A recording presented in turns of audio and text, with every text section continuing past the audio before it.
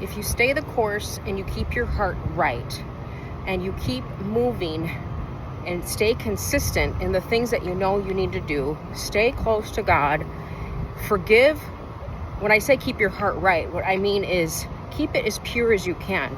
Don't hold on to unforgiveness and guilt and shame and all of these things from your past. Learn to let those things go and move forward into your destiny. Move forward in the path that God has for you, because right now is the time to run your race and run it with excitement and with zeal. And it's really hard to do that if you're being pulled back or you're carrying heavy baggage from the past, like heavy things that you really can't do anything about anyways. They're just weighing you down. They're causing you frustration, which is building up in the body, making your body acidic. It's really making things harder. It's making your body work against you. So you have to let those things go. You have to forgive the people who hurt you. You have to forgive yourself for the past seasons, the past you, the past decisions that you made. You know, we make decisions based on the information and knowledge that we have at the time. So it is what it is. Like when you're ignorant in a certain area, you are making the decisions the best you can. And so did your parents, and so did their parents.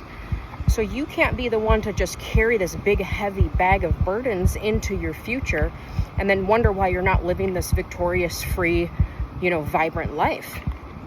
At some point, you have to cut it. You got to cut that cord. You got to cut the tie. You got to free yourself. And you have to say, well, my life and my destiny and what God has for me and my family and my children is far more important than what happened in the past. And really, it's probably more important, considering the days that we're in and the seasons that we're in the world and these times, it's probably more important than maybe your parents had. They were maybe on autopilot for a while. I'm not going to say asleep at the wheel, but maybe they were just not as aware as they needed to be and as you need to be. So you have to be the one that says, you know what, no more. We're not going to be asleep at the wheel anymore. We're not going to allow these things anymore. And the time is now. Because there's so many beautiful things right here for you, right in your future. But if you're not ready for those opportunities, you're going to miss them. So you have to be, at some point, get prepared for the opportunities that you are seeking, that you want. You have to be prepared. And that way, when it comes, you're ready. Because it sucks being at the right place at the right time, but not being prepared. Or that right place at the right time comes, but you can't obtain it because you don't see it. You're not aware of it. So you have to let go of all of those things of the past that you're carrying so you can move forward.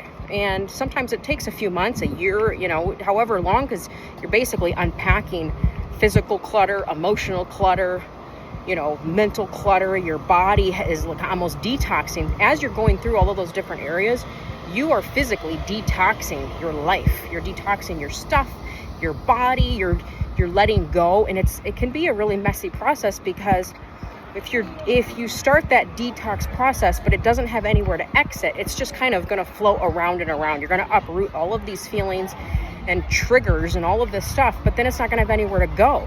So you have to make sure you have an exit strategy to detox, to let it go, let it flow out. Just like the body, when it detoxes, it has to exit somewhere. Otherwise, you're just going to feel worse. So put things in order, but the first start is, hey, enough is enough. I'm not going to carry this into my future, and this is a new season, a new day, and I'm gonna run my race excitedly, with zeal, a pep in my step, a smile on my face, and I'm not gonna apologize for it. And it's gonna feel so good.